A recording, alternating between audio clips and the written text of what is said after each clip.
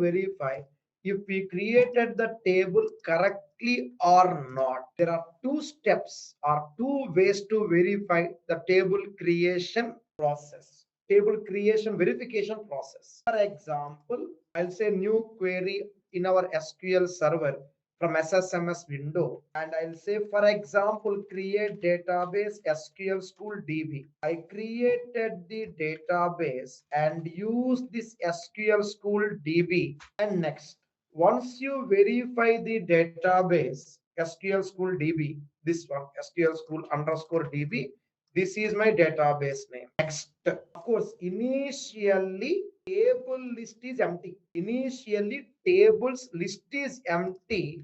I'll say, for example, create table or TBL courses. I'll say course ID and say, for example, integer and comma. I'm just giving a basic table. Course name of type, for example, 30 means 30 characters. Now select, remember, don't select single line. It says incorrect syntax. We have to select all lines, then execute, so that command completed successfully, no issues found. How to verify is our actual question.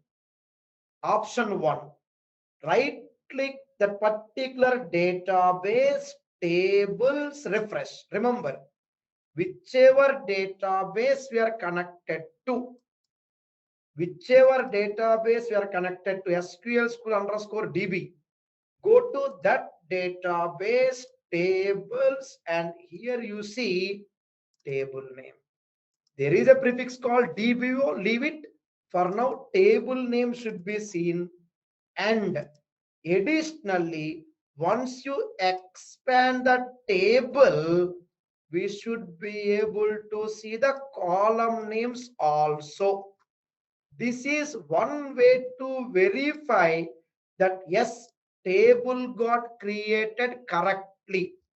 Another way is, I will be explaining in our stored procedures chapters. In our actual course, we have something called SP help. SP help table name. Here also we get the details of that particular TBL courses, name, table, columns, data type, etc. So there are two ways to verify the table now. Number 1, left side object explorer, right side option 2 alternative option command SP help to get the description of the table. Observe carefully. These two are the two different methods to verify the table.